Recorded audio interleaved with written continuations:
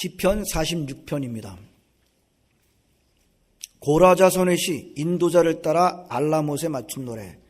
하나님은 우리의 피난처시요 힘이시니 환난 중에 만날 큰 도움이시라.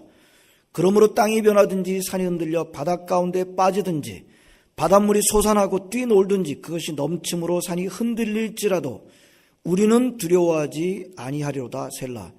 한 시내가 있어 나뉘어 흘러 하나님의 성 곧 지존하신 이의 성소를 기쁘게 하도다. 하나님이 그 성 중에 계심에 성이 흔들리지 아니할 것이라. 새벽에 하나님이 도우시리로다. 문나라가 떠들며 왕국이 흔들렸더니 그가 소리를 내심에 땅이 녹았도다. 만군의 여호와께서 우리와 함께 하시니 야곱의 하나님은 우리의 피난처시로다. 셀라. 와서 여호와의 행적을 볼지어다. 그가 땅을 황무지로 만드셨도다. 그가 땅끝까지 전쟁을 쉬게 하시며 활을 꺾고 창을 끊으며 수레를 불사르시는도다. 이르시기를 너희는 가만히 있어 내가 하나님 됨을 알지어다. 내가 문나라 중에서 높임을 받으리라. 내가 세계 중에서 높임을 받으리라 하시도다. 만군의 여호와께서 우리와 함께 하시니 야곱의 하나님은 우리의 피난처시로다. 셀라. 아멘. 요즘 저에게 이런저런 내용을 이렇게 보내주시는 분들이 계세요. 요즘 보낼 수 있는 방법이 많잖아요. 많죠? 그죠? 카톡 같은 걸로 해가지고 보내주시는 분들이 많이 있어요. 재밌는 것도 보내주시고 또 유익한 것도 보내주시고. 근데 지난주에 우리 교회 어떤 집사님이 제가 굉장히 그 감동적인 한 사람의 일생에 대한 글을 보내주셔서 제가 참 감동을 받고 읽었습니다. 임종덕이라고 하는 분의 생에 대해서 짧게 그렇게 요약한 글이었습니다만 참 감동을 받았어요. 아시는 분이 계실지 모르겠습니다. 그 좀 내용을 좀 간단하게 좀 소개해 드리도록 하겠습니다. 임종덕이라고 하는 분은 전쟁 고아셨습니다. 부모님이 인민군에 의해서 체포되고 그리고 그 정말 어린 나이에 보는 앞에서 화형을 당합니다. 자기 부모님이 불에 태워지는 것을 보고 자란 이 정말 어린아이, 그 마음속에 얼마나 그 뭐라 그럴까요? 커다란 그 상처가 될까요? 이제 부모님을 다 잃었으니까 거지가 됩니다. 당연하게 그 당시에 살아있는 사람도 먹고 살기 힘든 그때 거지가 돼서 또 자기와 함께하고 있는 여러 거지들 집단을 데리고 서울역 근처 염천교 밑에서 집단 거지 생활하는데 할 수 있는 일이 뭐가 있어요? 없습니다. 소매치기와 도둑질로 그렇게 자기뿐만이 아니라 함께하고 있는 그 거지들을 살려내기 위해서 그렇게 살아가고 있습니다. 그런데 그러다가 어느 날 한국에 주둔해 있던 미군 그 공군 화이트 중장의 차를 털게 됩니다. 털다가 붙잡히죠. 붙잡히니까 헌병이 이 꼬마를 그 파출소에도 넘기겠다라고 그랬을 때 화이트 중장은 그 아량을 베풀어서 하우스 보이로 쓰겠다라고 이렇게 임종덕이라고 하는 소년에게 그렇게 말합니다만 이 소년은 자기와 함께하고 있는 모든 거지들을 전부 다 제주도 고아원으로 보내주지 않으면 저만은 하우스보이로 쓰임받지 않겠습니다. 이 화이트 중장이 보니까 굉장히 기특해요. 친구가 의리가 있습니다. 그래서 그 말대로 제주도의 고아원으로 다 그 친구들을 보내주고 이 임종덕이라고 하는 소년은 그 화이트 중장의 하우스보이로 그렇게 지내게 됩니다. 화이트 중장이 1년 동안 그 소년을 지켜보고 난 다음에 자기의 양아들로 입적을 하게 됩니다. 이제 무슨 사정이 있었는가 하면 화이트 중장의 아들이 전투 비행기 조종사였는데 전투 비행 중에 전사를 했어요. 아들이 없는 상태에 있었으니까 이 한국에서 만난 이 거지 소년, 소매치기와 도둑을 일삼고 있던 이 소년을 1년 동안 지켜보고 난 다음에 그 친구를 양아들로 삼은 거죠. 예. 나중에 이제 임종덕이라고 하는 소년이 비슷한 처지에 있었던 김정한 목사님도 비슷한 이제 그런 이제 처지에 있었던 것 같은데요. 만나게 되는 그런 스토리도 있습니다. 그래서 임종덕은 이제 양아버지를 따라 미국에 와서 공부하게 되고 또 하버드 대학교에서 공부를 마치게 됩니다. 그러나 자기가 그렇게 좋은 아버지 만나서 여러 가지 편하게 살 수 있었지만 그 어렸을 때 부모님이 총에 맞아 돌아가신 그 인민군 여기에 대한 굉장한 그 마음이 있어서 이제 그것을 잊지 않고 미군에 들어가서 미군 장교가 됩니다. 그리고는 베트남전에 참전하게 됩니다. 이분은 굉장히 뛰어난 미군 장교였고 아주 특수임무를 감당하시던 분이고 특별히 미군 포로를 구출해내는 그런 역할을 아주 전과를 아주 톡톡히 올리는 그런 일을 하다가 그만 3명의 부하를 살려내기 위해서 포로로가 됩니다. 포로로 잡힐 때 그때 이제 그 전에 이제 이 친구의 미국 친구가 아주 신앙심이 투철한 친구가 이 친구한테 이제 성경을 주면서 이것을 꼭 간직하도록 그렇게 부탁을 했는데 그 첫 번째 포로가 잡힐 때 순간적으로 이제 성경을 다 자기가 갖고 있지 않고 성경 일부분만 뜯어내고 그리고 성경을 이렇게 물속에 던져버리게 되죠. 그 성경이 이제 시편 1편서부터 3편까지만 뜯어내고 그리고 이제 성경을 버리고 그때까지만 해도 믿음이 이렇게 충분하지를 않고 포로가 되고 난 다음에 하나님 앞에 원망하는 기도를 했습니다. 왜 하나님 저한테 이런 일이 있습니까? 그러다가 이제 탈출을 결심하게 되고 밤에 몰래 탈출하게 되는데 놀랍게도 베트콩이 쏘는 모든 총알이 전부 다 비껴나가고 한 발도 안 맞고 부대로 돌아오게 됩니다. 기적적으로 이제 돌아오게 되는데 돌아와서는 이제 더 어려운 특수 임무를 맡게 됩니다. 더 어려운 특수 포로로 잡혔으니까 그 베트콩의 무슨 그럴까 위치와 이런 것들을 다 알고 있으니까 더 어려운 임무를 맡게 돼요. 그러다가 다시 또 3개월 만에 포로가 됩니다. 이번 포로는 달랐어요. 북베트남으로 끌려가가지고 가진 이제 고초를 당하는데 거기서 아주 끔찍한 일을 겪게 되죠. 거기서 이제 북한군도 와 있었다 그러고요. 거기서 이제 북한군이 질문하는 것에 자기가 그 한국말을 모르는 사람으로 위장하기 위해서 아주 순간순간에도 비명소리에 그 영어로만 써야 됐고 그런 과정 가운데 어떤 북베트남의 포로 소용세가 아주 끔찍한 일을 겪는데 거기에 있는 베트남군과 여러 러시아 이런 군들이 이 포로를 가지고 노름을 하는 겁니다. 기억나시는지 모르겠어요. 권총에다가 6발들이 권총 탄창에다가 한 발만 집어넣고 뺑그로 돌려가지고 거기서 이제 포로가 방아쇠를 당기하는 6분의 1의 확률로 죽든지 살든지 라고 거기다 돈을 걸고 이거 영화에 나온 적 있어요. 또 디어 헌터라고 하는 영화에 보면은 많은 사람들이 거기에 노름판에 그 전쟁의 한 참혹한 단면을 그렇게 그 어떤 한탕주의와 인간성을 잃어버린 전쟁에 이제 빠져 있는 그런 사람들 보게 되니 거기에 희생양으로 매일같이 또는 자주 해가지고선 6분의 1의 확률로 사람이 죽고 사는 거예요. 그래서 그렇게 맞고 버려지게 되면 어떻게 됩니까? 메콩강에 그냥 버려지는 거예요. 그 악어밥과 물뱀의 밥이 되는 겁니다. 여러분 그 처지에 빠졌을 때 사람이 어떻게 될까요? 그 피말리는 그 고통, 방아쇠 한 방에 내 모든 인생이 걸려져 있다는 그 피말리는 고통. 이것이 나중에 알려지게 되고 이 디언터라는 영화에도 적용이 됩니다만 그 사람이 바로 임종덕이었다는 사람이었다는 겁니다.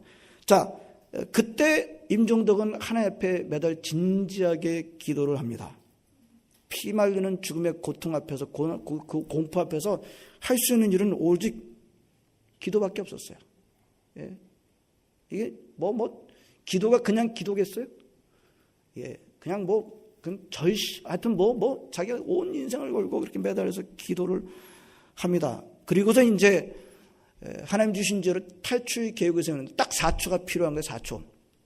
4초 안에 끝내야 돼요. 이분은 이제 미군 특수부대 장교였으니까 자기가 계산해서 보니까 이게 4초 하나님께 기회를 주시면 4초 안에 그 한 발을 가지고 상대방을 하나 쏘고 나머지를 제압할 수 있는 게 4초가 필요했는데 이제 기다려도 이번엔 또 불러주질 않네요.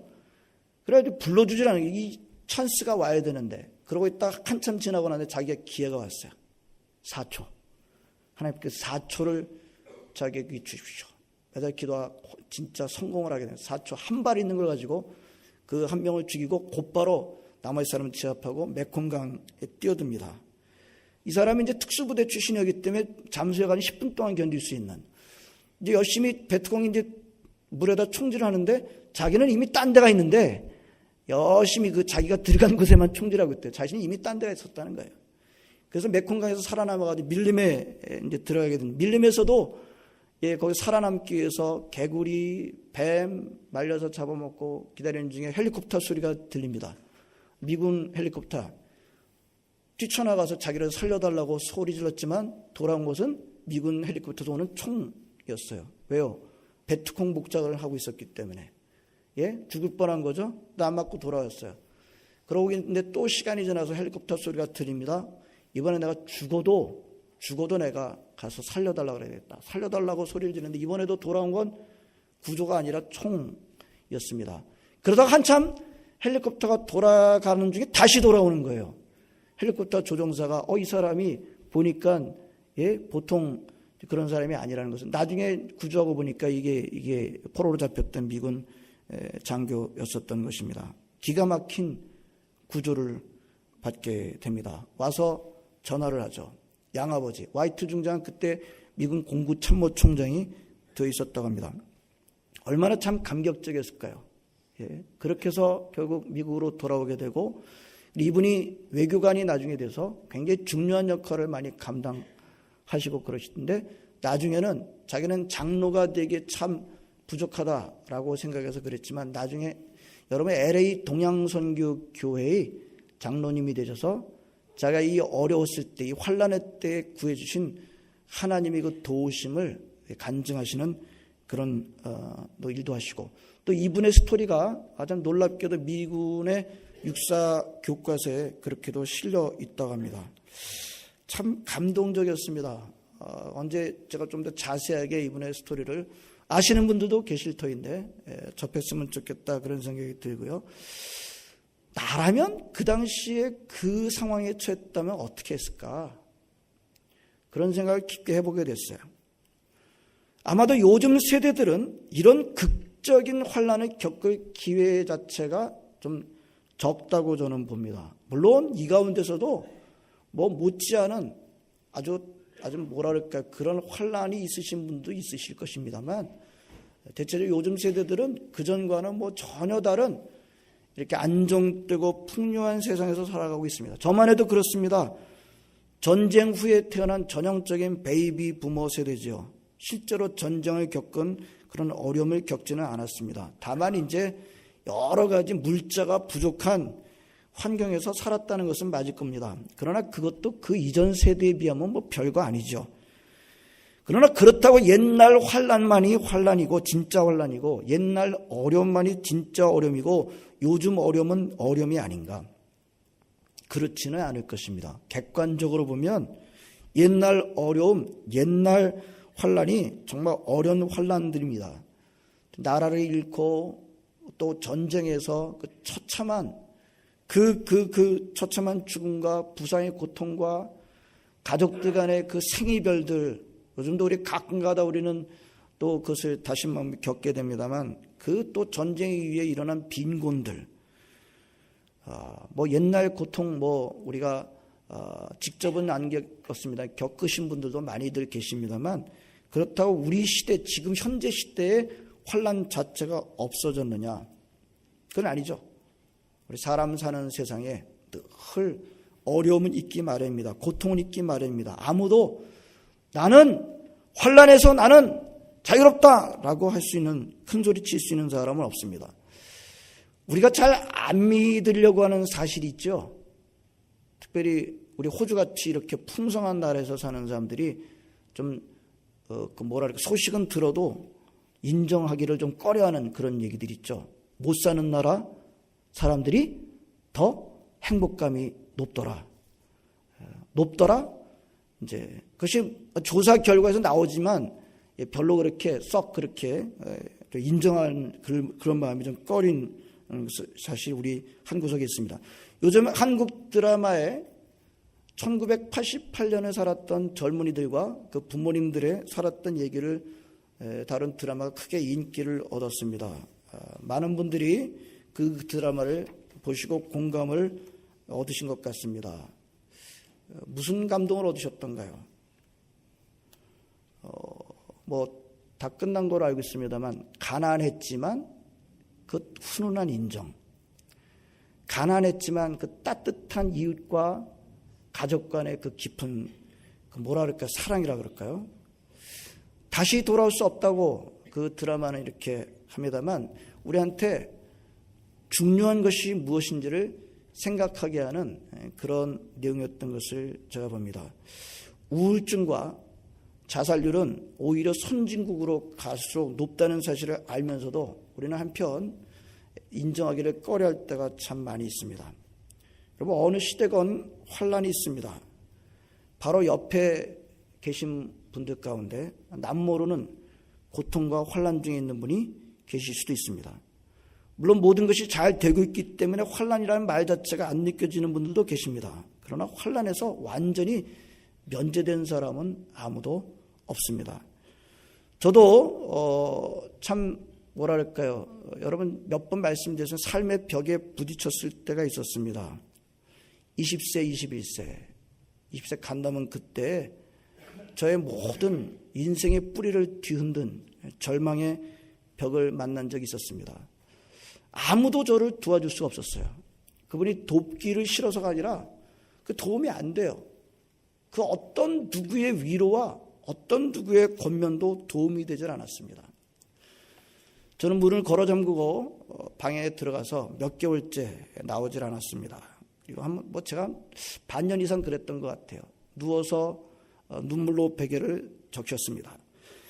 그러다가 하나님의 은혜로 저에게 절망의 터널이 끝이 보이고 희망의 빛이 비추기를 시작했어요. 어떻게 임했는지 제가 여러분들과 이제 제자훈련반과 하나님의 경험반을 통해서 여러 번 나눴습니다만, 어떻게 임했어요? 딱 성경 말씀 한 구절이에요. 그 어떤 누구의 위로와 권면도 도움이 되질 않았는데 성경 말씀 한 말씀이 저를 위로해 주었습니다. 그때의 성경 말씀이 바로 이사야서 41장 10절 말씀이에요. 두려워 말라. 내가 너와 함께하겠다. 놀라지 말라. 나는 너의 하나님이다.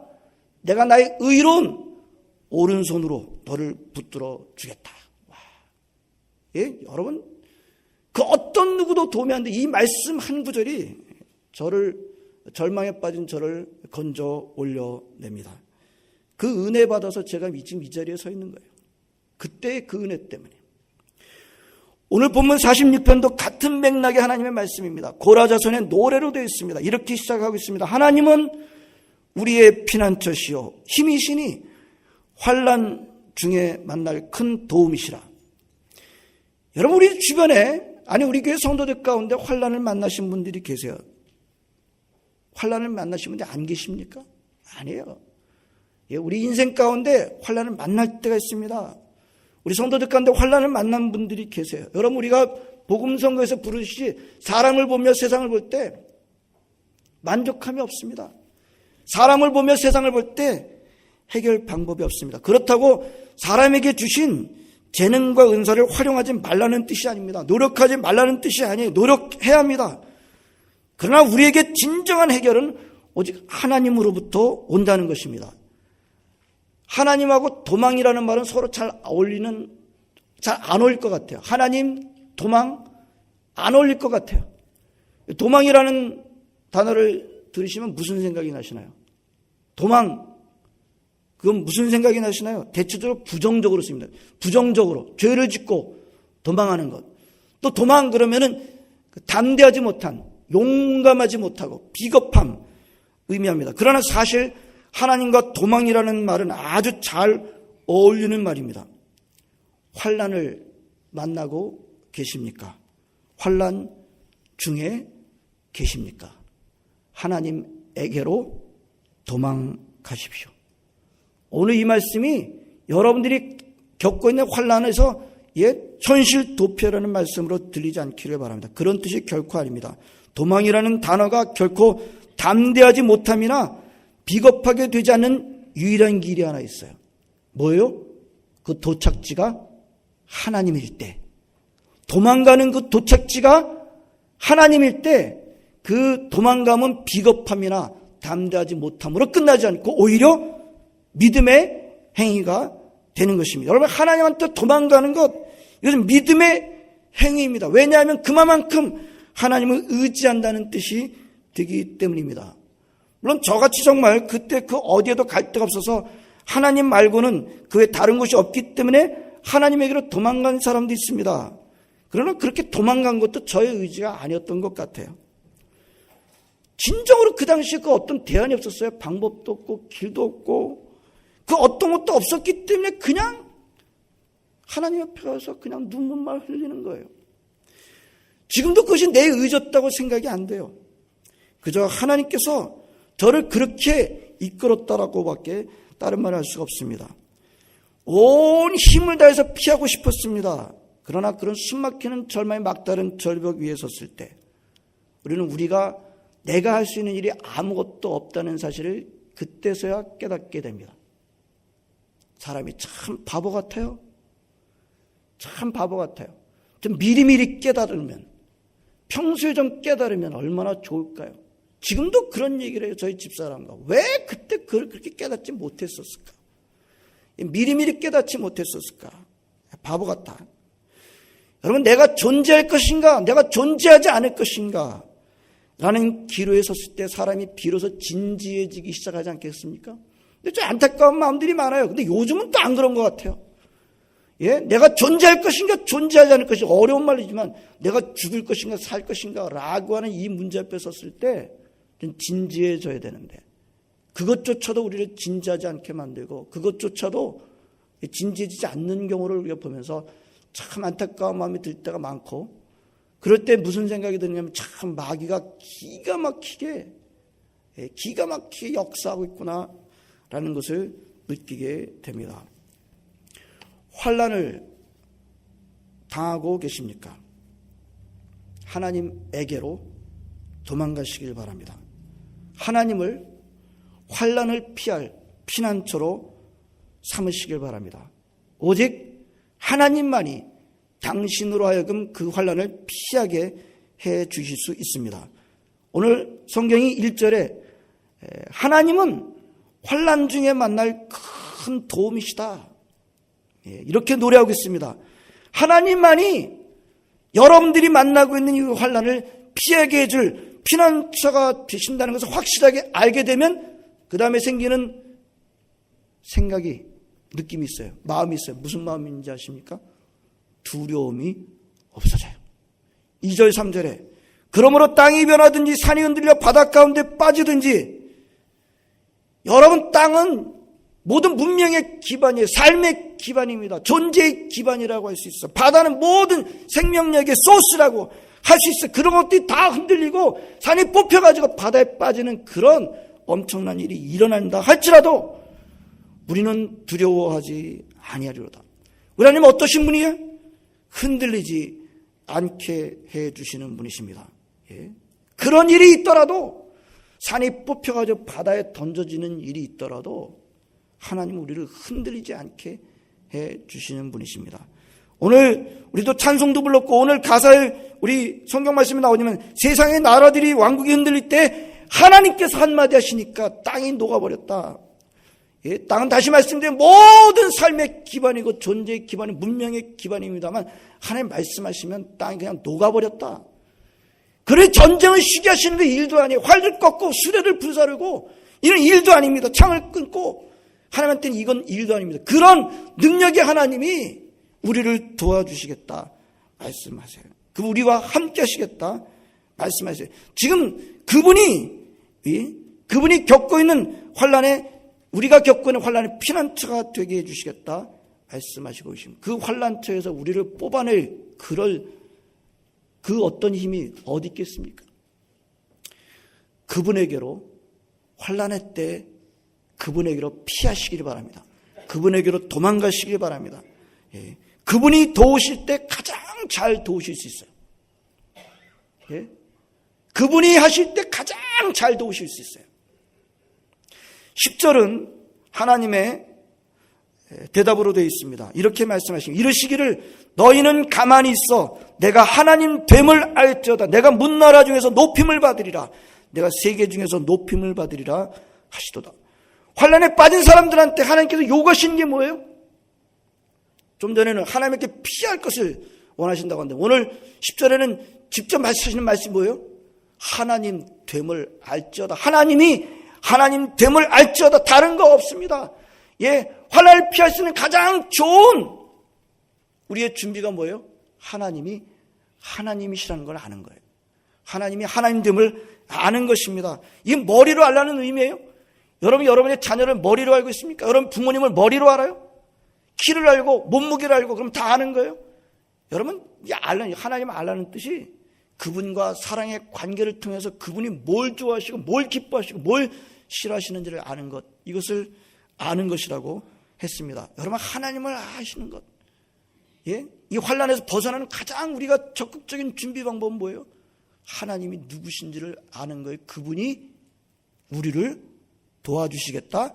내가 너의 피난처 되겠다. 그런데 힘없는 분이 그렇게 말씀하신다고요? 아니요. 한번 말씀하시면 땅을 녹여버리는 그분이, 예? 그분이 전쟁을 시작하고 활을 끊고 술에 불을, 그분이 내가 너와 함께 해주겠다. 이거를 알라는 거예요. 내가 문나라 중에서 높임을 받으리라. 내가 세계 중에서 높임을 받으리라. 이렇게 말씀하시는 하나님에게서 우리는 뭘 알 수가 있어요? 예? 내가 문나라 중에서 높임을 받겠다. 세상 사람들 높임을 받겠다. 이것은 이미, 예? 전쟁에서 승리하고 들어오시는 개선 장군 같은 말씀 아닌가요? 이미 승리하시고 계시는 그분이 문나라로부터 사람들로부터 높임을 받으시겠다 하십니다. 누가 이기세요? 하나님이 이기세요. 예. 누가 이기셔요? 하나님이 이기셔요. 아멘. 하나님이 이기셔요. 하나님을 이길 그 어떤 것도 없습니다. 그분이 근데 환난을 만난 사람을 도우시겠다는 거예요. 예. 성도 여러분, 우리가 환난을 만날 때 우리가 가장 할 수 있고 해야 하는 일이 뭐라 그랬어요? 하나님이 하나님이신 것을 아는 것입니다. 하나님이 하나님 됨을 아는 것입니다. 이것만큼 환난을 위한 우리의 가장 중요한 준비는 없습니다. 이것이 환난을 이길 방법입니다. 하나님께서 그 하나님을 알고 하나님 피난처로 삼는 자를 도우시겠다고 하시고, 우리를 도우시고 피난처를 제공하시는 하나님의 손에서 우리를 뺏어갈 수 있는 것은 아무것도 없습니다. 앞에서 소개했던 임종덕 씨의 그 정말 드라마틱한 그 순간, 예, 그 절체절명의 순간에 하나님 의자, 하나님 도와주시옵소서, 하나님 건져내시옵소서 라고 하나님한테 피했을 때, 그때 하나님의 도우심을 입은 것을 우리가 생생하게 보고 있습니다. 다시 반복하려고 합니다. 환난 중에 계십니까? 어떤 환난입니까? 건강을 잃고 목숨이, 예, 이제 끊어질 그럴 환난입니까? 경제적인 환난입니까? 모든 것을 다 잃고 때로는 거리에 내앉을 그럴 환난입니까? 거짓 증거로 말미암아 괴로움을 당하고 계십니까? 하나님에게로 도망가시길 바랍니다. 도망간다고 하는 것이 비겁하지 않고 정말 수치스러운 일이 아닌 것은 오직 하나님에게로 돌아갈 때입니다. 그분이 이기십니다. 그분이 환난 중에 만날 큰 도움이십니다. 그분의 도우심을 받으시길 바랍니다. 그분의 도움을 받고 난 다음에는 영광을 그분에게만 돌리시기를 바랍니다. 기도하시겠습니다. 하나님, 오늘도 저희들을 부르셔서 함께 예배드리게 하시고 주의 말씀 듣게 하여 주시니 감사드립니다. 오늘 주시는 이 귀한 말씀, 하나님은 우리의 피난처시오 힘이시니 환난 중에 만날 큰 도움이시라. 그렇습니다. 환난 중에 만날 큰 도움이신 줄을 믿고 그분에게로 피하고 그분에게 도망가 주의 도우심을 얻는 모두가 되게 하여 주시옵소서. 예수님의 이름으로 기도합나이다. 아멘.